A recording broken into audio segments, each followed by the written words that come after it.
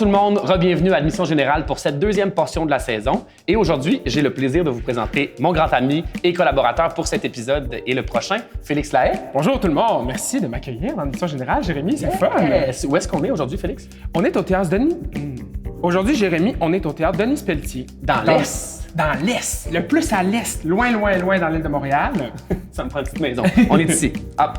Au Théâtre Denis Pelletier, un théâtre dont la mission est le théâtre pour un jeune public enfants et adolescents. Et il y a de la place. Tout le monde. Et qu'il y a de la place au Théâtre Denis Pelletier. Et deux salles. Oui, la salle Fred Barry et la grande salle Denis Pelletier. D'ailleurs, pour découvrir ce théâtre-là, il y a un documentaire qui s'appelle Pièces, qu'on peut retrouver sur le site du Théâtre Denis Pelletier, qui nous fait visiter le théâtre, toutes les pièces, du hall aux salles, aux régies, aux loges. On passe le théâtre au complet. Il y a beaucoup d'histoires ici avec Denise Pelletier qui est juste derrière nous. La petite Denise à la bas. On s'en va-tu en aparté, Jérémy? On part direct en aparté pour cette deuxième portion de la saison. Alors Félix, je nous amène pour cette première aparté de la saison au Théâtre aux Écuries pour aller voir La Rébellion du Minuscule. Voilà. Il s'agit d'une production de la compagnie du Théâtre du Renard qui est dirigée par Antonia Lenné-Granger, qui a signé le texte et qui sera aussi sur scène dans ce spectacle, accompagnée par Karine Saint-Arnaud.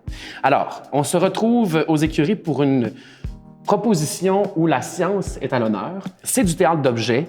On est dans une genre d'exposition, musée, laboratoire, pour un voyage vers l'infiniment petit. On aborde ici la physique quantique tout en humour et en poésie visuelle. Et c'est une démarche qui a été déployée sur 3 axes, soit est-ce la lumière ou la matière? Il faut saisir l'invisible et l'art abstrait avec la physique quantique, pardon.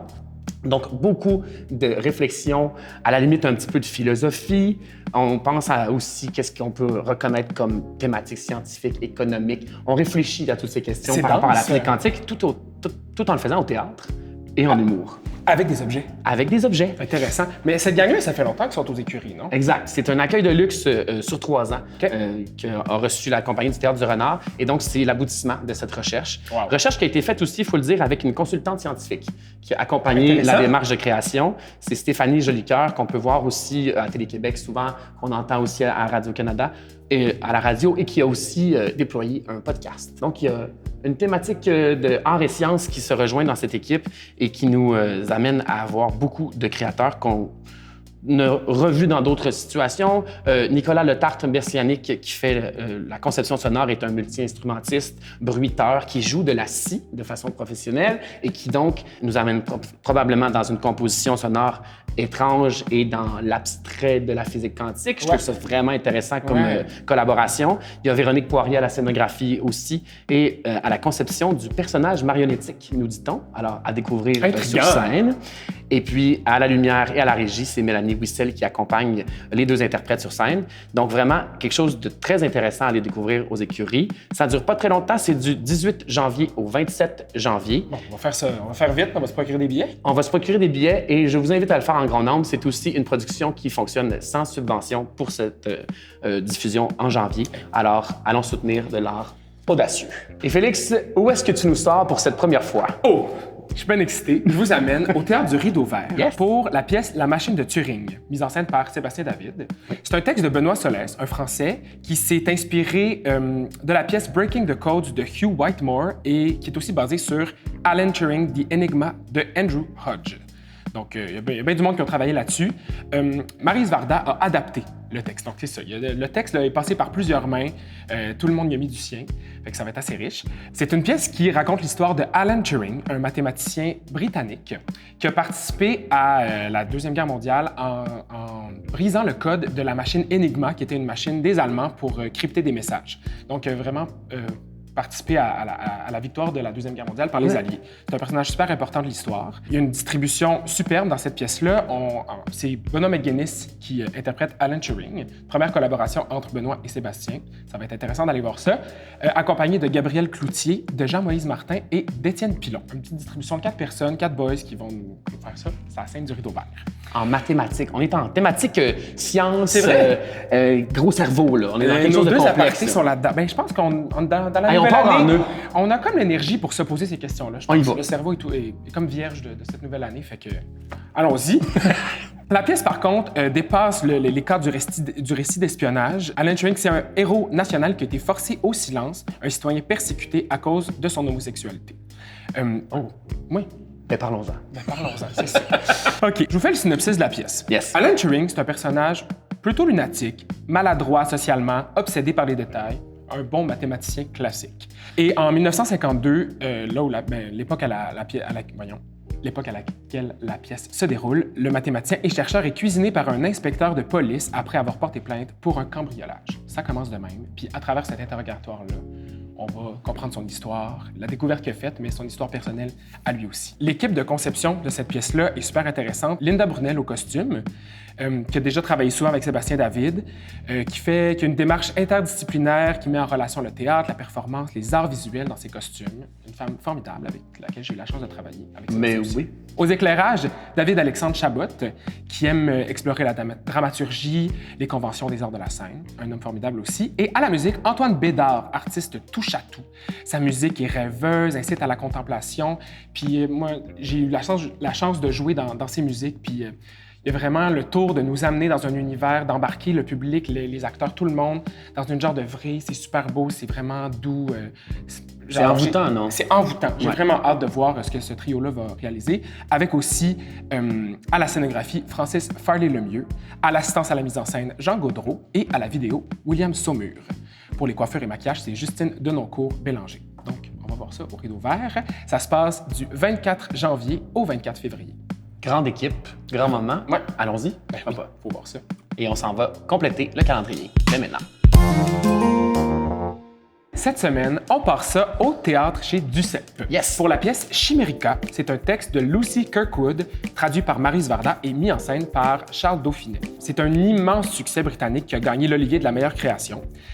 Qui présente une grande distribution d'origine asiatique, donc qui s'inscrit dans la démarche de chez Duceppe avec Mama, Héritage, donc de mettre beaucoup de diversité culturelle sur scène. Ouais. On adore. Donc, c'est une pièce qui s'appuie sur la célèbre vidéo prise le 5 juin 1989 sur la place Tiananmen, où on voit un homme qui se dresse devant une colonne de chars de guerre. De chars d'assaut. D'assaut, comme on dit. Chimérica, c'est la contraction de Chine et America, donc ça explore les relations complexes et changeantes entre les États-Unis et la Chine. On est en fiction. Complètement. Mais basé sur cet événement historique. Exactement. Fascinant. C'est présenté du 17 janvier au 17 février au Théâtre chez Duceppe. Oui, ça va où, je l'amène au théâtre d'aujourd'hui, dans la salle Jean-Claude Germain. On va aller voir ça. Donc, espace intime au 2e étage du théâtre. Je nous amène voir Papessa, de l'artiste Mischa Rautenfeld, qui est au texte et à la mise en scène et à l'interprétation. Un grand solo. Un grand solo, une première proposition aussi de cet artiste queer d'origine slave qui allie danse, musique et théâtre pour présenter cette première création, qui est un récit initiatique trans qui s'inspire des mythes et de l'intangible. Seul sur scène, un être venu d'ailleurs se construit et se déconstruit sous nos yeux. À Moscou, c'est le règne de la honte, le silence est roi et les stations s'enfilent sur une route 1000 fois empruntée et sans issue. C'est entre le rêve et la réalité, entre ici et là-bas. Yel tente de comprendre les codes qui dictent son existence. Donc, une quête depuis longtemps annoncée le mènera en Sibérie où le sol gronde et le brouillard anéantit. Super trippant. Alors, vraiment intriguant. Une démarche en seul en scène, c'est intriguant. Il y en a beaucoup de seul en scène cette année, mais dans cet espace intime, moi, ça m'appelle... Et un baptême pour Mischa Rautenfeld. Et un baptême pour Mischa au théâtre d'aujourd'hui. Alors, on y va du 22 janvier au 10 février 2024. Et on revient ici, au théâtre Denis Pelletier, pour L'éveil du printemps. C'est un texte de David Paquet mis en scène par Olivier Artaud. Une coproduction entre Le Trident et Denis Pelletier. Ils font ça beaucoup dans les dernières années. Olivier Artaud, qui est d'ailleurs depuis peu le directeur artistique du Trident. L'éveil du printemps est librement inspiré de l'œuvre du même nom de Frank Wedekind, écrit en Allemagne au 19e siècle et qui a été censurée à sa sortie. C'est une pièce qui a fait beaucoup de remous et qui a eu plusieurs adaptations dans l'histoire jusqu'à maintenant. David Paquet en signe une nouvelle. C'est une autre grosse distribution de 10 comédiens-comédiennes. C'est une pièce qui parle de tabou, qui parle du tabou de l'éveil sexuel à travers un humour vorace et des personnages au caractère bien trempé. Oui. On retrouve Moritz, Wendla, Melchior, Martha et Otto qui se butent au silence assourdissant qui entoure leur éducation sexuelle.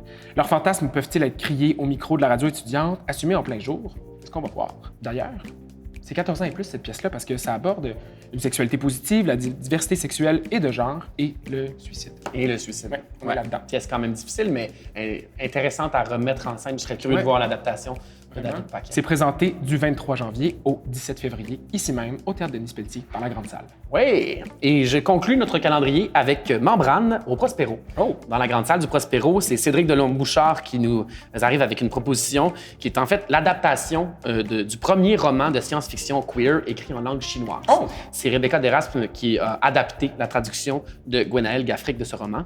Alors, dans un futur éloigné, à l'écologie bouleversée par le capitalisme, des fois on se demande si c'est dans le futur ou maintenant. Si c'est maintenant. La surface terrestre n'est plus qu'industrie et champ de bataille, ce qui pousse l'humanité à s'établir dans des cités sous-marines. Donc vraiment un voyage dans un monde complètement différent du nôtre. Alors que les identités et les corps sont en constante métamorphose, une question fondamentale se pose: qu'est-ce qui définit l'être humain? L'équipe de production compte notamment un responsable des effets spéciaux, une responsable du mouvement et une conseillère au rituel théâtral. Intéressant. Bien classique dans la démarche de Cédric Delhomme-Bouchard qui, lui aussi, signe la scénographie et la lumière, en plus d'assurer la mise en scène. Donc, une proposition audacieuse avec beaucoup d'intrigue autour de cet univers. Puis ça s'inscrit dans la démarche de Cédric d'explorer la science-fiction au théâtre après Les Employés qu'on a vu l'année dernière. Exactement. Et des univers très, très clos, fermés, avec l'éclairage qui prend beaucoup d'importance, bien évidemment, comme on a pu le voir aussi avec Intérieur, dans lequel on était tous les deux choristes.